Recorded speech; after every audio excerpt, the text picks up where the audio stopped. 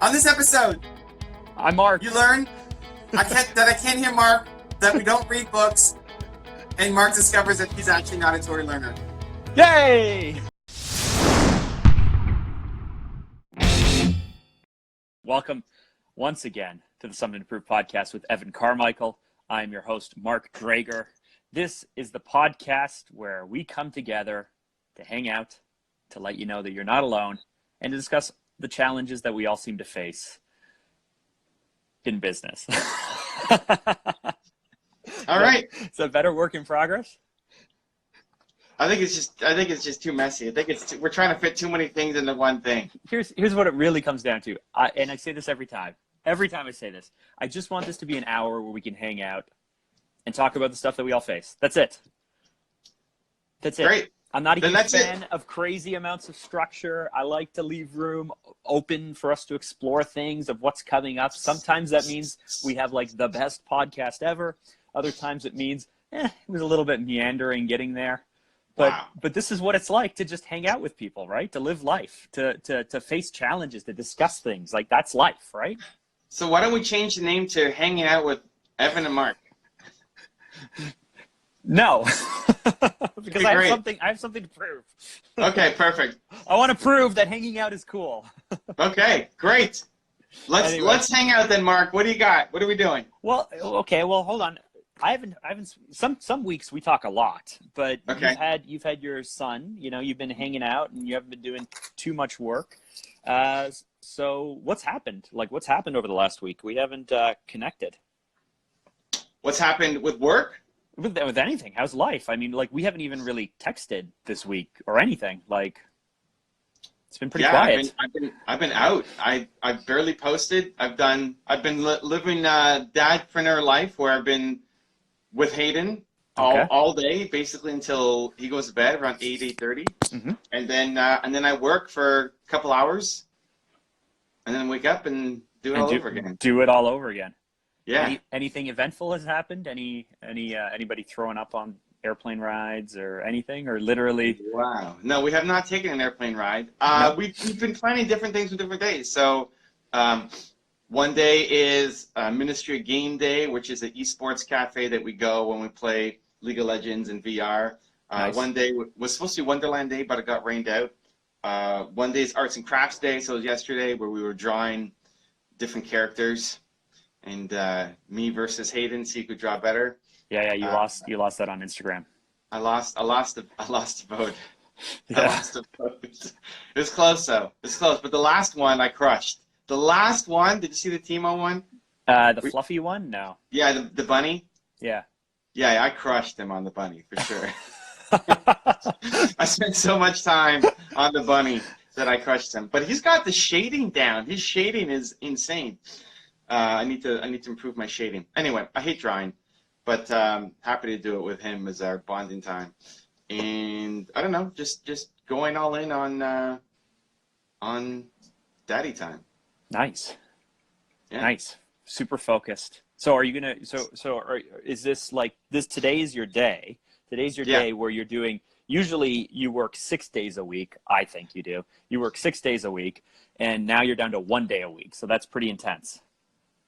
It's 1 day a week plus evenings. Evenings. Right? Yeah, but you typically work evenings anyway.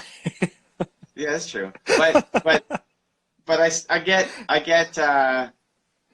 have to crunch. I have to be more focused. You know, that's okay. Awesome. So doing it. So this is like a bit of a break for you, eh? This is like a nice break then. A break? Yeah. It's a nice break. I wouldn't like. I like my work.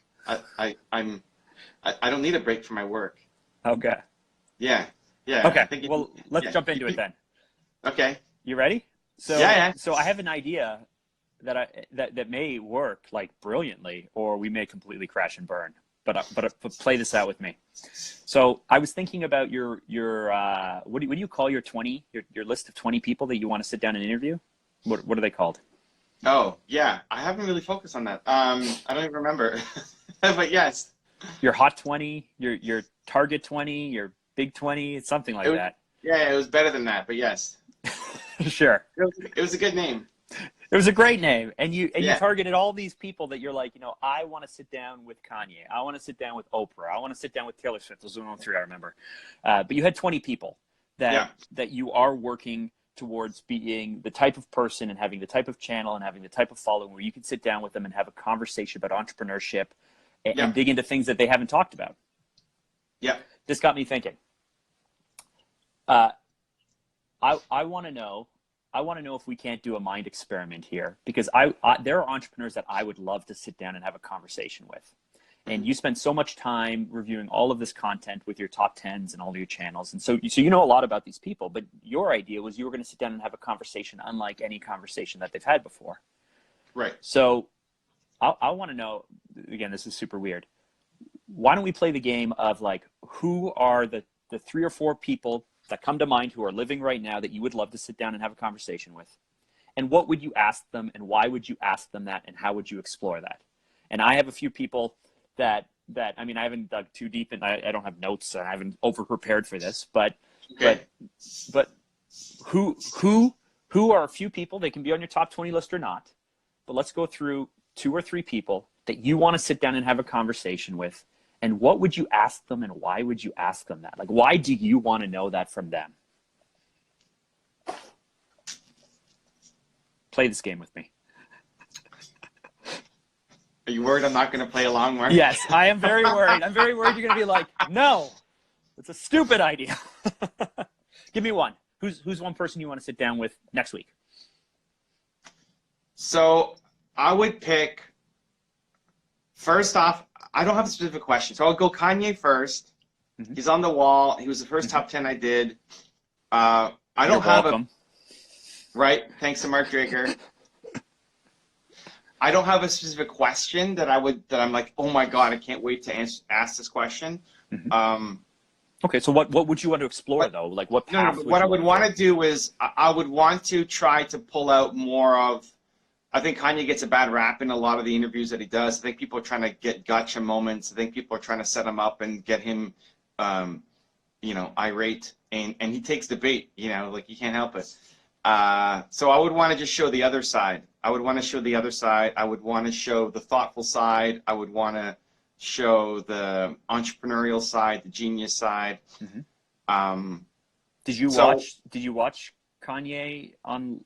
I know you don't consume a lot of content on Netflix or things, but David Letterman has a show where he sits down with a very kind of select guests. He sat down with Obama and with Jay-Z and with Melinda Gates, and he sat down with Kanye for a 1-hour conversation. Okay. And the first half was very thoughtful and very polite, and David Letterman gave a lot of grace. And then Kanye got himself into like no one was even trying. And the second half was so uncomfortable because he got himself into a lot of trouble. It's just, he does it to himself. Well, yes, and I think he consumes, I think, a lot of the comments on him, a lot of the media on him, a lot of the public opinion on him, and it frustrates him and bothers him, and then it just explodes at some point. Okay, so you're sitting down with Kanye and you're giving him the room to have this thoughtful conversation. There's no big question, but what path would you want to take? How would you want to steer the conversation if you could? I would love the challenge. If I want to watch the Letterman thing, I'm gonna take a note about that. Letterman. Yeah, it's called My Next Guest, I think is the name of the show, and it's season 2, episode 1, I think. Netflix. So I'll look that up. I would love to hopefully not get to the point where it gets super awkward and messy, but if it was, then sit with it and see. That'd be a good challenge. Like how do we navigate through this? Because my only intention would be to try to showcase. I would probably lead with that. Like I would lead with, I think you're an entrepreneurial genius. I've learned a lot from your success. I think you get a bad rap, and I'd like to explore some of your concepts around being a successful artist and entrepreneur. And I think I haven't seen the Letterman one, but just from what you're going off of, it wouldn't just be polite. It would be heartfelt. Mm-hmm. It would be heartfelt, and that's how I think I'm going to win. That's how I think I can give an interview that nobody's done before, because I actually genuinely care about getting this out, that I think he's been done a disservice, and he's done himself a disservice, and I'd want to show that other side. So I would prepare heavily, though, for that kind of interview. I would prepare super heavily to try to understand what he's working on now. I would really have to dive in to know my stuff. But it would be with that intent. And I don't think anybody really has that intent when they interview him. So Kanye would be one. And so you would give him that, but what would you hope to walk away with? I mean, other than the footage and the conversation, what would you want to feel or know or understand or learn? Me personally? Yeah. So the first intention would be like, I want to pay it forward. I want to help the entrepreneur community. I want to get some more wisdom from this guy that I think can help. For me personally, I would want to, even just the things that we've been talking about, of playing a bigger game, believing more in myself and what I'm doing. I have that mug that says, I believe in myself like Kanye believes in Kanye. Somebody bought it for me. I forget who bought it for me. I love it. So that extra belief, I think when I first landed on Kanye's stuff, I thought he was too egotistical, too full of himself, too bombastic. I read about him having a picture of himself. When you walk into his home, there's a giant picture of himself, which seems very egotistical. but then how he explains it, I didn't fully understand that at the time, but he explains it saying that if you're not your own biggest fan, who else is going to be your fan? I was talking to my wife about this earlier this week. It's the idea that I'm trying to wrap my mind around too. You know the concept, like, you have to be selfish to be selfless, right? I don't know if people articulate it that way, but you've talked about this. Gary Vee talks about this a lot. I think your agents, I think Steve and Hank talked to you about when they were working with Mel Robbins or Grant Cardone or others, this idea of like, we want to be selfless, but you have to be very, very selfish in order to put yourself in a position to be so selfless and to give more. I think having the picture of yourself so that way you're your number one fan fits into that category of the thing that doesn't seem to make sense. And if you don't understand it, it feels like we've been conditioned not to be that way, to play ourselves down, to think really small, to not be selfish, to not put ourselves first, to all of those things. I feel like they fit in kind of the same category, if you know what I mean. Yeah, and I would just tweak it maybe to say, if you want to have a bigger impact. Like, you could be selfless and selfless is, I think, more a state of mind. You could be selfless today, but your impact will be limited. You can just help the people that you can help right now. But if you are more, if you want to say, selfish, and then you build a business and you make some money and you hire a team, you've got 1,000 people working for you, the impact you can have through selflessness is a lot greater. It's not necessarily everybody's ambition, but if it is yours, then you need to go off and do it. Because otherwise, there's a lot of people who are starting the business who end up doing their business part-time, doing their passion, their purpose part-time, because they can never make enough money from it. And so they have to go get a job to support themselves, to support their selflessness, where that could be your whole thing. I see this in like I was talking to Louie on my team about how much time I spend driving downtown. And I like driving a lot because it gives me moments, but I was thinking, you know what, I might Uber to my meetings, because then I can sit in the back and I can use that hour each way more constructively. It'd be an extra expense. It might be a significant expense even with the amount of driving I do, but I would free up a lot of my time. That to me feels selfish. Like it feels like I am somehow saying like, my time is worth so much money that the company should pay for a driver to drive me around and stuff. But then me going like, well, hold on, if I can unlock 6 extra hours or 8 extra hours per week or whatever it is, I mean, like, what is that really worth? It's huge. Yeah. That's like all of those little parts of my life, if I can analyze them that way, makes me feel selfish. It makes me feel like, but you know, I listen to Kanye now. I'm on side with you guys. I need a big picture of myself. Great. So listen. So I got a couple ideas for you. Ideas for you. One, let me try to keep it all in my head because it's I can take this in 18 directions, and I'm very excited. One, I hear you on the driver thing, and on my tour, I'm bringing a driver with me, so I'm not driving. You know, I wrote a third of my book on the way to and back from New York because I couldn't drive because of my neck. I wasn't allowed to, and Nina had to do it, and I wrote a third of my book. Mm-hmm. Right. So now on this tour, I love driving, but I'm bringing somebody with me to be my driver. So we have a video person, the driver, me, and Nina. Mm-hmm. So that they're going to be driver / Nina assistant. Mm-hmm. You know, whatever Nina needs to help run the whole tour, so that I can sit. But doesn't that feel like a luxury until you very quickly rationalize, you know, the true value of it to you? That's the thing that you need to break through. Mm-hmm. You know, I think that one's not so much as going business class on airplanes. I think what you're suggesting is chartering private planes. That's your next step. We talked about that 2 weeks ago. Yeah, I haven't done that. I haven't gone and done that. But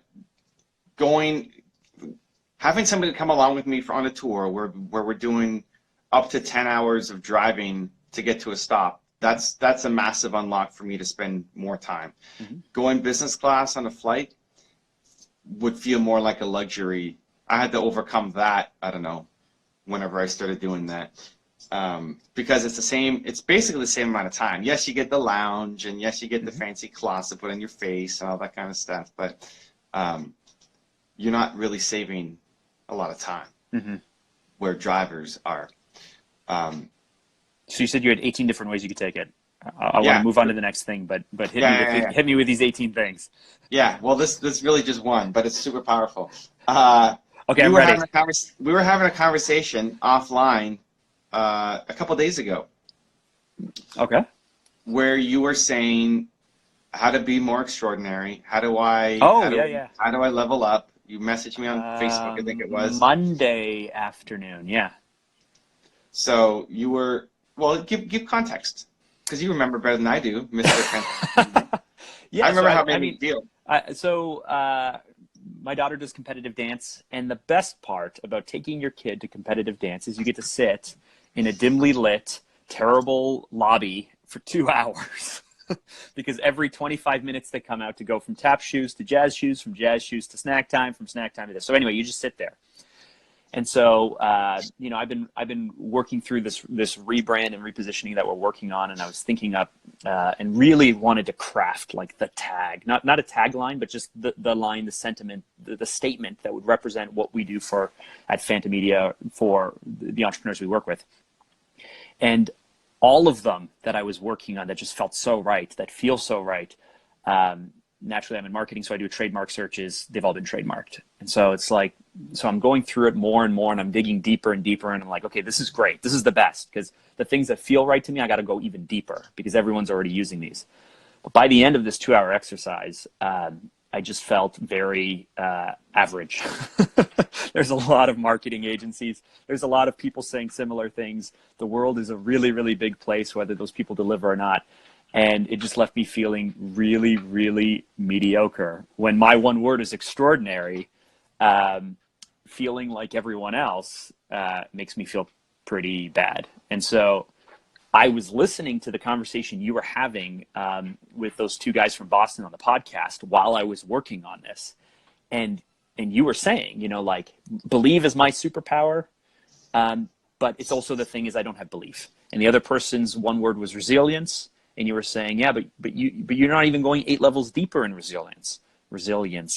And the other guy's was legacy, but his version of legacy today is going to be nothing compared to legacy a year from now. Like, the thing you're pursuing is the thing that you're also is holding you back.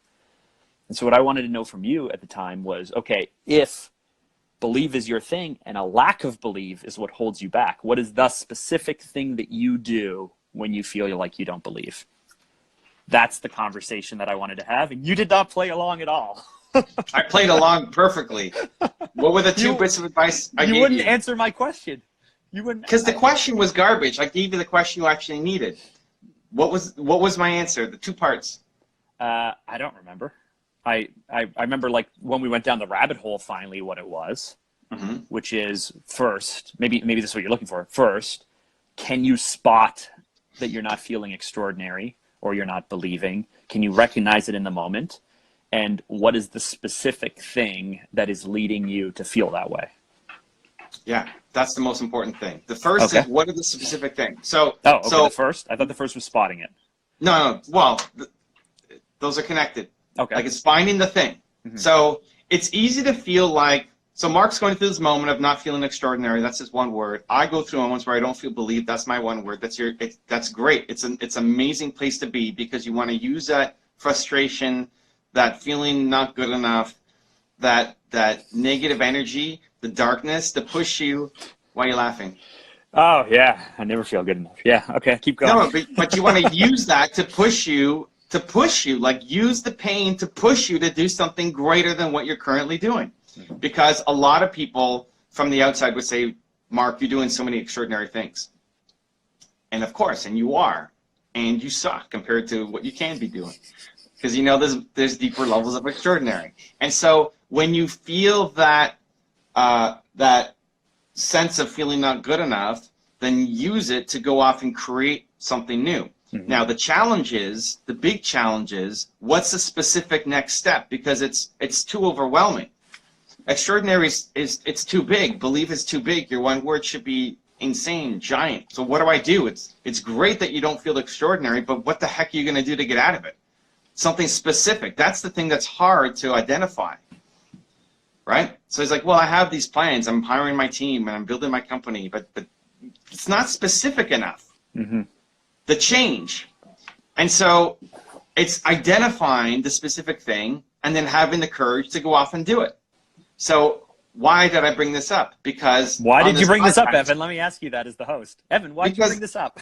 Because this is coaching 101. This is how we go. We came up with 2 things already in this podcast that you need to do. That'll make you feel more extraordinary, even if it's only for a week. Okay. What are they? Have someone drive me around, your suggestion? Yeah. Okay. So for the next week. And put a picture of myself up on the wall. Is that what you're saying? There you go. Yeah. You're redesigning your office? I am. Have you moved in yet? I have. It's just not done. I need artwork. I need a You need artwork? I need a killer sound. I need a killer sound system. And great. Those are the 2, and some shelves. But yeah. Your artwork is done. A big picture of myself. Yeah. Just you. Just giant. Giant Mark. Yep. Okay. I like it. That's going on the wall. Okay. Not the family, not the team. No, just Mark. I should take that selfie that we took on the plane to Tony Robbins. No, not me. No, the selfie. Your selfie. Your selfie that kicked it all off. Yeah, there you go. There you go. And you're gonna feel super awkward every time you walk into your office and you look at that picture, and it's gonna be a reminder to be more extraordinary. I should blow it up to a vinyl, like a full wall, just like the full wall vinyl of just a picture of me, and people walk in and think, and then I can eat that judgment the way I do with my wristbands. Yeah. Right. Yes. So you have some homework this weekend.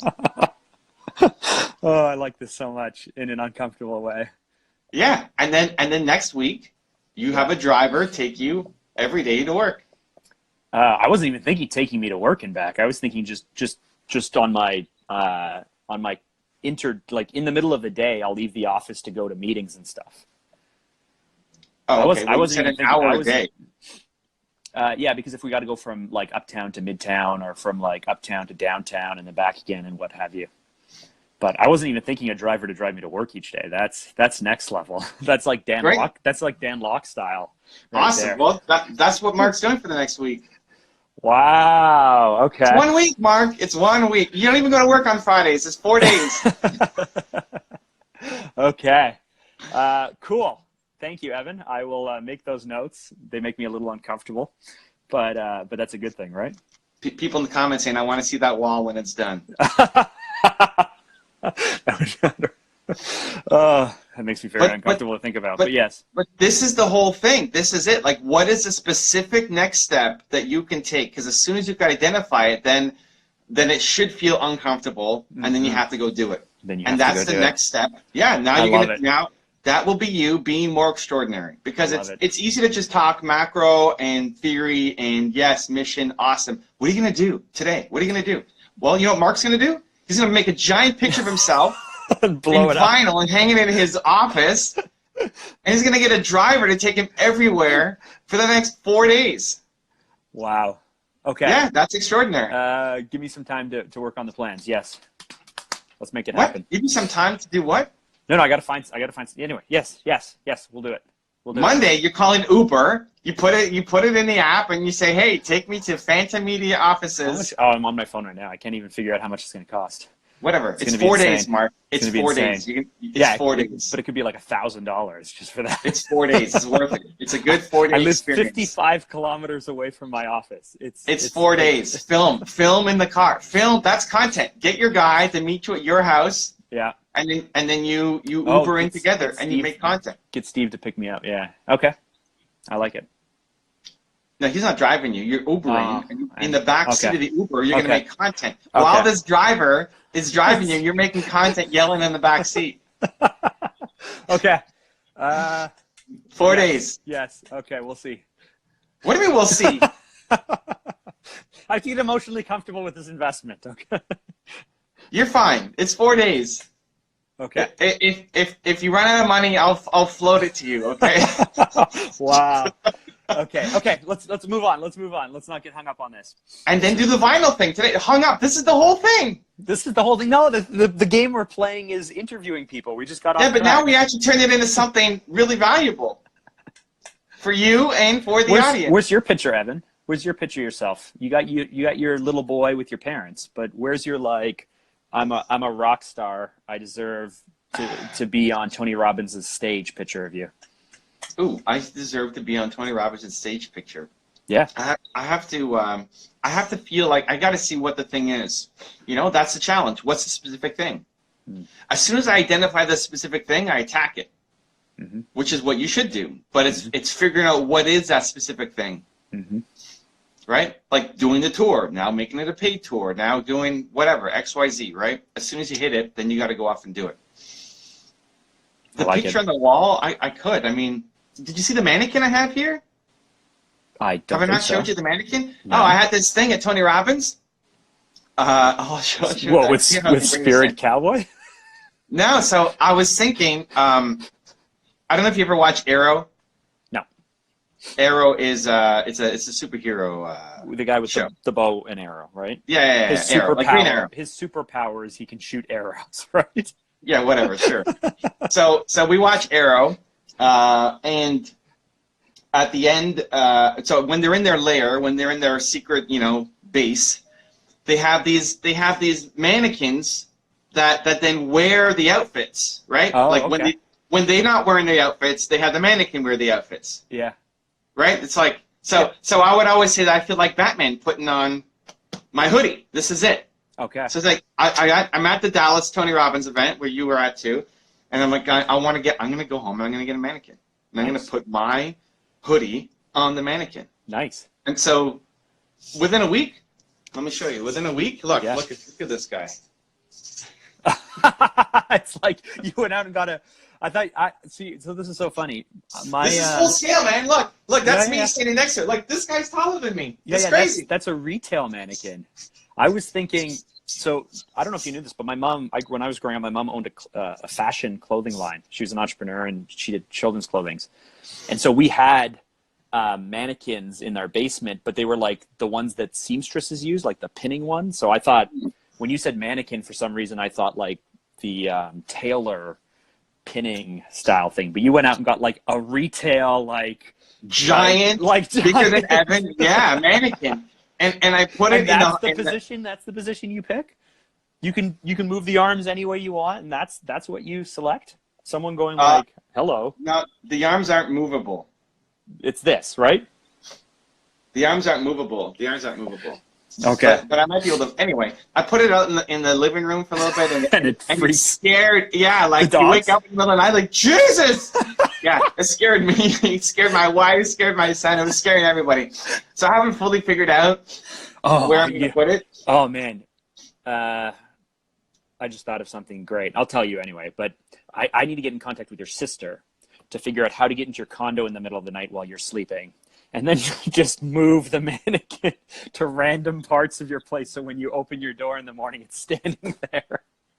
It's freaky, but I wouldn't mind as much. Nina will come and hunt you down. That's what you really have to worry about. You will have a Chinese ninja on your doorstep freaking you out. Yeah, I like it so much. yeah. I like it so much. So that was the idea to action, right? I got that idea at the Tony Robbins thing. So okay, I'm gonna go home and I'm gonna start researching. How much does a mannequin cost? $400? $600? $1,000? $1,500? I don't even know. I don't even know. You don't even know? You just said Nina give me a mannequin and she did? No, I got it. I don't remember.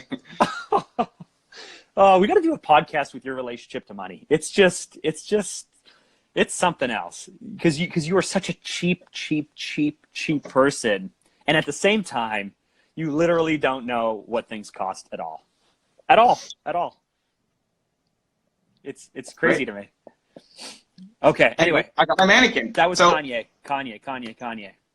But finding a specific thing. What's a specific thing that you need to do? Mm-hmm. That's where most people fall short because they have this big mission that's too big and then they get overwhelmed. They don't know what to do next. Finding that next thing. So for me, it's the mannequin. For Mark, it's the Uber rides for the next week and giant vinyl Mark on The Office. He's very excited.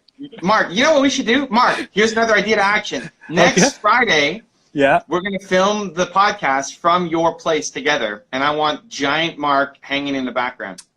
I don't think I'm in my office next Friday. I know, but you're going to go in to film our podcast for the Okay. morning. Okay. You're going to Uber in. Okay. Listen, I wasn't supposed to go to Fanta. We're going to make this happen. Okay. Think big, be bold, say yes. Okay. Please, I know. let's go. Let's go. Let's go. Let's hesitate. Let's overthink. Let's go. New tagline. I don't even know what I'm doing next Friday. Next Friday, podcast from Mark's place with giant Mark in the background. And Mark Ubers in. And Mark Ubers in. With what's your camera guy's name? Steve? With Steve. Yeah. Perfect. I like it. 9 a.m. Okay. So that was interview number 1. Yeah. Do you want to hit me with the second one? 2, I would probably go with interview. So the thing that comes to my mind is Tony. I would do Tony Robbins, but I wouldn't want to interview him because there's nothing that I would ask him. I would much rather he ask me questions. but like about me, like break me down, right? But not like, hey, Evan, did that on your interview with him, right? Like, yeah, you kind of but it flipped was it a little bit and talked about control, and he gave you the answers very quickly. The thing with Tony Robbins is he's been doing this for so long, and he is so well trained, and he goes into his. It's not that it's rote, but he does what he does so much, so well, so often that I feel like you're just not going to get. You're not going to get something from him that you don't already have access to. Maybe. I don't know. If I could get him, so when I have him on, he was in, I want to promote my book, and that's what we're going to talk about. Great. And he does so little media, and anyway, if it could be an open agenda, that's what I would use it for. Mm-hmm. It's like, hey, I want to grow. I want to help the world. I want to help 1 billion entrepreneurs. So you would have him. So the way that in his events, he will sometimes select someone and then spend 15 or 20 minutes digging into them, unlocking some stuff. You would want him to take you through that process. Yeah. Yes. Okay. Yeah. Well, at the event, he's like, who's suicidal or something, right? And then he picks somebody. Sometimes. I mean, in Dallas, I don't think that woman was. I think the woman that he selected, she was sitting in his executive Lions Den Premier Platinum group, whatever it was called. So Yeah. So that's what I would ideally do, but it's not a typical interview. That's flip the script. Right. But with the intention of that's selfish for me, but also showing off what he can do. Yeah.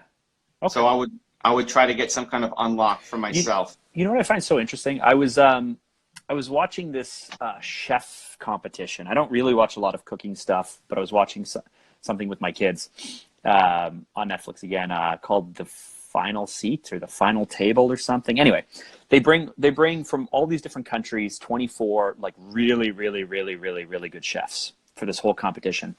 And as I'm listening to all these interviews, people kept talking about how much they had to prove. They kept talking about how they didn't feel good enough. They kept talking about all this stuff. And as we went through the competition, you know, and arrived at, like, they're eliminating people and whatnot, the themes just got stronger and stronger. I was like, wow, these chefs.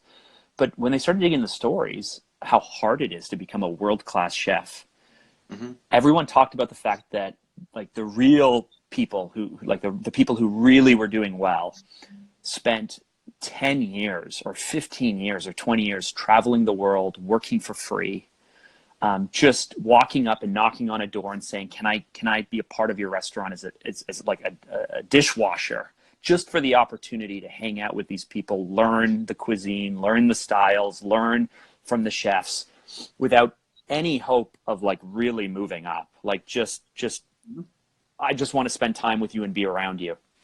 And so I find it really interesting, you know, if you look at Gordon Ramsay or other celebrity chefs who are business people but also chefs and whatnot, just how that cooking culture focuses so much on placing yourself under someone insanely talented or crazy, and just working your butt off for no money with only to learn. I think that's I don't know if the word's admirable. I think it's amazing. Like, I wish that I could go back 10 or 15 years and do that more in my trade, because a lot of the challenges that I face right now are because I never really worked at other agencies or for other people. I just have made this up as I go along. I don't know why I just thought of that, but you talking about being around Tony perhaps made me think of that. What do you think, Evan? Thank you. I was waiting for this genius, like, how we're gonna tie it all together. It's like, all right, good, random thought. I like it. There's no tie other than I'm so impressed that these leaders put themselves there 20 years ago, and that in our other industries we don't do that. Like, there's internships, but it's not the same. It's not the same as spending that much time, dedicating yourself that much to something. So anyway, here's where I'll wrap it up. Like, you know, so if I'm interviewing someone or spending time with someone, I would love to spend maybe a day with Ramsay, you know, and I know he does a lot of press, and I know he does a lot of interviews, and I know there's a lot of stuff out there already. But I think if you look at his original, when he first started on television in Britain, before he got all American and angry and yelly and show business, he has an incredible talent for seeing the potential in someone, getting rid of everyone who's not good, but seeing the potential in someone and doing the, like, I think you can do this, but you better bring it, and you better show it, you better show me it, because you have to earn this. And I think he's really, really good with people. I think the reason he has so many restaurants that have done so well is because he's very, very, very, very good with people. And I would want to just glean some level of whatever that is that he has somehow. That's it. Great. We did a top 10 on him, but I'm not super deep into. You've done a few. Yeah, I'm not super deep into his world. Yeah, We went to his restaurant in Vegas. I've watched all of your top 10s on him a few times. It's good stuff. It's good stuff. You can see it in the top 10s. You can see that not angry show businessy side of him. You can see the side of him where he literally will pluck someone out of obscurity, give them an opportunity, and then keep them for 20 years in his ecosystem to help build them up. Like, his teams are so tight. Good. Mark would interview Gordon Ramsay. I like it. Your number 3? Number 3, probably Howard Schultz, maybe Oprah Winfrey, between those two. we're talking people alive, right? So, Mm-hmm. I mean, I got Howard on the wall behind me there. Mm-hmm. Again, so Oprah would be more. I don't think her story's been told. It'd be more like Kanye, like her lessons for entrepreneurs. I don't think she gets enough credit as a successful entrepreneur, and also just pulling out the lessons that she's learned.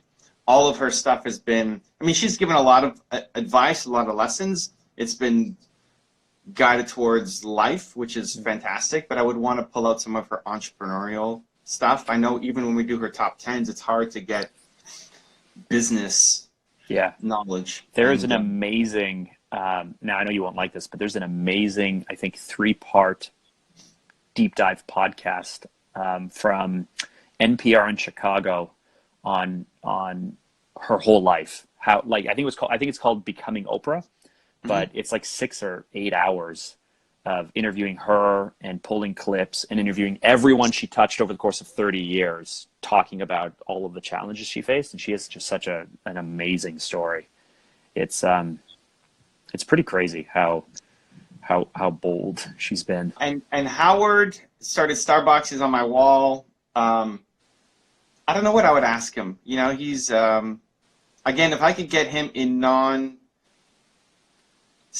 mode, or like running for office mode, like an actual candid conversation. What would you hope to learn from him in that candid conversation? So he can't be your number 3 then? No, but I feel like I would get something really good out of it. I just don't. I would lead with the heart again and say, like, I have a picture of you on my wall. And you'd say, okay. And I would tell him why. I would tell him, first off, it's weird. Like, what? Probably nobody else in the world has a picture of Howard Schultz in their office. Except, strangely enough, Kanye. You walk into his house and there's a big picture of Kanye, and beside it is Howard Schultz. You never know. But it's a weird thing, right? I mean, lots of people would have Kanye on their walls, different ideas. But this guy's a CEO. He's known, I think, more as a CEO than an entrepreneur. He had one really fire session at a university where he was really giving some great advice for entrepreneurship a long time ago, and ever since it's just been CEO stuff. Or now he's chairman, or I don't know what his role is now. Now it's politics, as he's talking about what America deserves. And I missed the roots, and I wish somebody went deeper with him. I don't know what I would do tons of research on it, but I would see what he says and pull on a string. You know, I'd be searching for a topic. There's nothing I desperately want to ask him, but there's also, I don't want to desperately ask anybody anything. Right. I don't know what to ask. I've seen all their stuff. I don't know where I'd want to go deeper, but I trust that the conversation will go somewhere. So a number of years ago, we partnered with the American Marketing Association with the Marketing Hall of Legends. And so in Canada, every year, some legends get inducted into the Hall of Legends for marketing. And so we were a partner, and we would profile each of these legends. I would profile each of these legends to put together some media for the event. And so up in Canada, I got to spend quite a bit of time deep diving into different leaders, and then speaking with them on the phone, and then helping them shape what we might say the night of, and then spending a few hours with them. And then typically, if I had a connection, I would follow up then with like having lunch and whatnot. And I always found it the most interesting to basically try to get into their operating philosophy, if you called it that, or it's not even their purpose. It's just more like, why do you think the way that you think? Because I think with someone like Howard Schultz, you can talk about, hey, the challenges you faced when you tried to come up with the money to buy Starbucks, and how you almost got stabbed in the back by one of your investors, and then how you built up this, or how you came up with that idea. But it's more like, I always find it so interesting to connect with people and dig into, like, why do you think the way that you think? Why do you believe what you believe? Why do you fear what you fear? You know, how did you react in this situation? I always find that so much more interesting. I think that's, if I were to sit down with him, knowing that his story has been told time and time and time again, and the challenges have all been dug into, it's just more about digging into that, I think. I hear you. I would probably ask some generic kind of question like that I was curious about, but then I would try to find the thread that I could pull on. You know, like there are some people who, when I went to go interview Tom Bilyeu, I knew what I wanted to ask him. I had like 3 questions that like I need to make sure I ask these questions because I genuinely cared about the answer. And I asked them, and we had a great conversation on other things as well.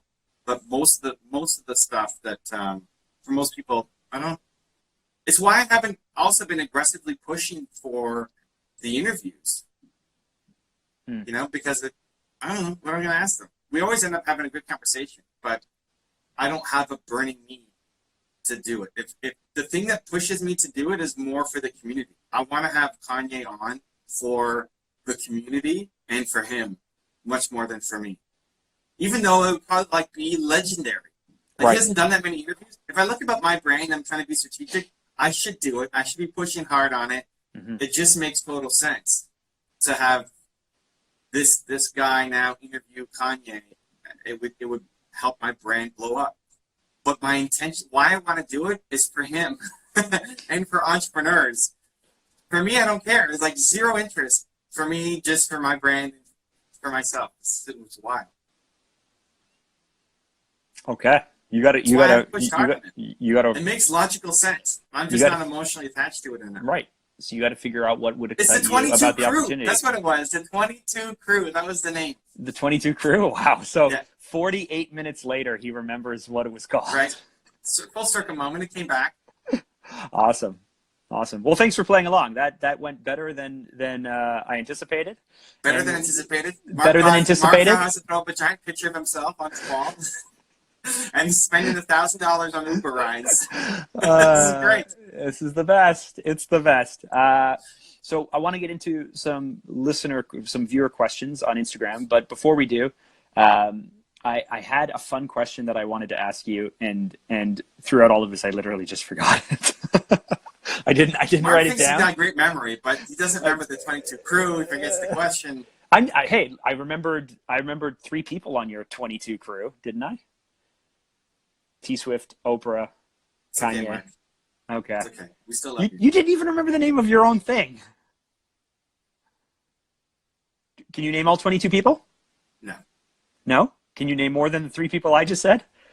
Yes. Okay, go. I had Tony on there. I had Taylor Swift. I had The Rock. I had Will Smith. I had Barack Obama, Michelle Obama. Howard Schultz, Oprah. I forget who you listed. Gary.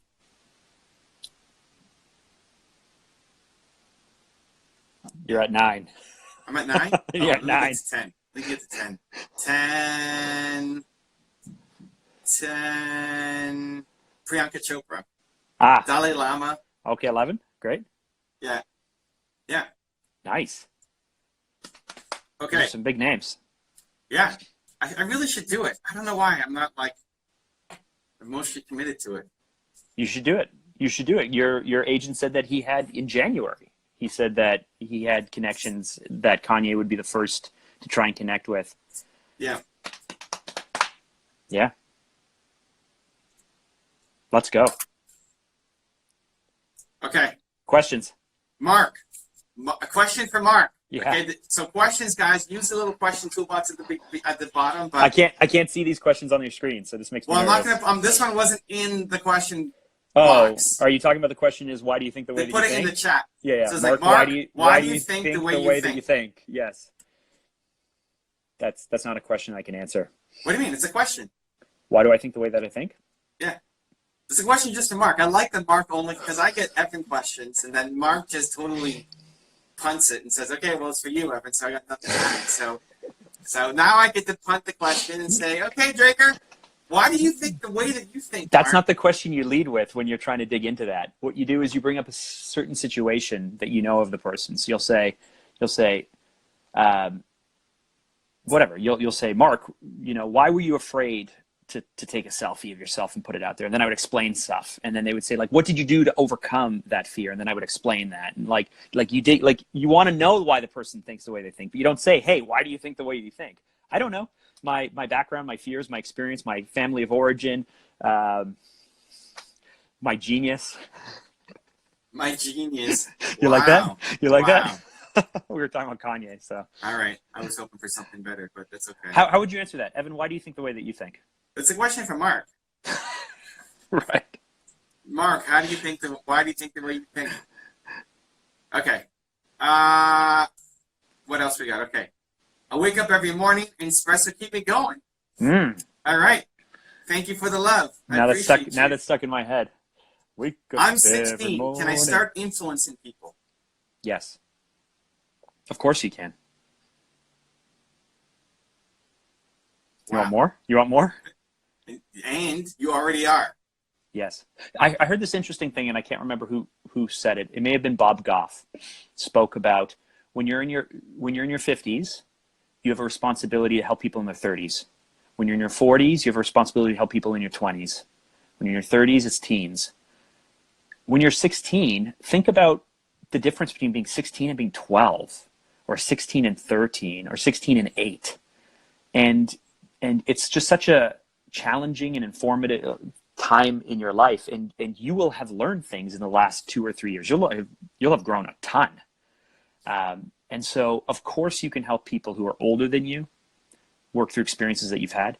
You can help your peers, but you can especially help people who are just a few years behind you, who are facing some of the challenges that you faced. So at any age, you have the chance. You know, my 10-year-old and my 11-year-old has a chance to impact my 6-year-old or my 7-year-old because you've gone through things. I like it. The easy step is to go lower. The harder step is to go higher. Yeah. If you, I mean, my biggest fear when I was 19 was that I was too young, that nobody would take me seriously. I'm selling to people who are 2 times my age, 3 times my age, have multiple PhDs in science, and I sucked at science. And it was just a limiting belief. Mm-hmm. So practicing now, influencing people who are, yes, 12 and who are 30. Mm-hmm. Yeah, let me tell you what you're gonna have at 16 that a 30-year-old doesn't have. At 16, you're gonna be foolishly confident. You have a level of perhaps positivity that has been knocked out of the 30-year-old. So bring that to them and inspire them. How many books do you read per week? Per week? 0. 0. I don't read a book every week. Do you read a book every week? You read 52 books a year? No, I'll read 3 to 4 books a year. Yeah, I will read more than that, but maybe turn up your volume. Maybe your volume just... It's on max, dude. My volume's on max. Okay. I will read a book a month on average. That's not bad. But listen, we love learning. Mark consumes a lot of video and podcasts. Audio. Tons and tons and tons of audio content. A lot of podcasts while I'm driving. I consume 0 podcasts and 3 to 4 books a year. Yeah. You know what was so interesting? This year's going to be... This year in Tony Robbins, they spent more time digging into the way we learn, whether you're a visual learner, whether you're an auditory learner, whether you're, I think, a feeling learner, whether you have to meet with someone and learn on human connection. We spent a lot more time on that. And I'm like 100% an auditory learner. Like I always thought I was visual, but it hit me like my wife gets mad because I will watch TV without even watching it. Like I will leave the room, and as long as I can listen to the storyline, I don't even need to see what's happening. And I'll go for walks and listen to YouTube videos, never needing to see anything. And I always thought I was a visual learner, but turns out I'm auditory. Right. Well, and see, and I'm visual, and I can really hear you, and I'm following along. Because I'm doing this. Right? He's like, I like how he's expressing his face. Like, yeah, I'm with you. I got it. Yes. So I'm at 3 to 4 books a year. This year's going to be maybe 2. I don't know. I'm reading Tools of Titans right now. It's 600 pages. So slowly. You're reading it so slowly. Yeah, I'm reading it very slowly too. But learning is both of our priorities. We're obsessed about learning. Just reading is not where either of us get our number one source of knowledge. I don't know if I might be obsessed with learning, but it's more actually progress. I love deep diving into things and and feeling like I'm progressing in But what's progress happening. means you have to act. You got to do something. Sure. Okay. Knowledge isn't progress. Taking an Uber every day is progress. But it's not even just knowledge. Like I love I love spending time learning. I guess learning. Yeah, you're right. Okay. I love spending time learning about the beef between the Beach Boys and the Beatles and why Brian Wilson kind of got super crazy in terms of doing Pet Sounds and what happened there. Like, But how is that progress? Because I feel like it's deepening my knowledge. Okay. Yeah, I guess it's learning. I'm obsessed with learning. Great. You're just obsessed with learning. Okay, great. Okay. I love it. We got 2 minutes left, Evan. 2 minutes left. How to stick to goals and not wonder on shiny object syndrome. I don't know if you're gonna like my answer because it's not the Evanism way, but I can't hear. I feel like Mark's hedging right now. But yeah, there you go. I Is he can't hedging? even hear. This is he the best hedging? What's audio happening right podcast now? ever. I feel like a giant hedge is coming. One, you have to be excited about your goals. You have to really, really want the outcome. Like, one, you have to be able to make progress. But what pulls me through the hard times is because I want what my goals will get me, or I want what my goals will keep me away from falling into. And so if you're constantly distracted by things, it's because you're either not excited about your goals, you don't really want the outcome, or things aren't painful enough. You know, if you want to get fit and lose weight, well, you got to do the work. You got to really want the outcome. You got to be dedicated to it, or you got to fear what being overweight will do to you. What you can't do is you can't just do nothing and complain about it. Like, either be happy with what you have or do what you have to do to have it happen. And so don't allow these new exciting things to get in your way. That's it. Just focus. Don't start a second company. Do the one that you have in front of you. Don't start a new campaign. Finish the one that you have in front of you. Don't launch a new product yet. Finish what you have in front of you, or delete it and move on to the next thing. It's that simple, isn't it? I don't know what he said, but it's amazing. The last 20 seconds was like on point. He's like direct, like that was fire. So replay it. Thank you for watching Something New Podcast. If you want to see the last episode of my podcast with Mark, it's fire. The link is right there next to me. I think you'll enjoy it. Continue to believe, and I'll see you there.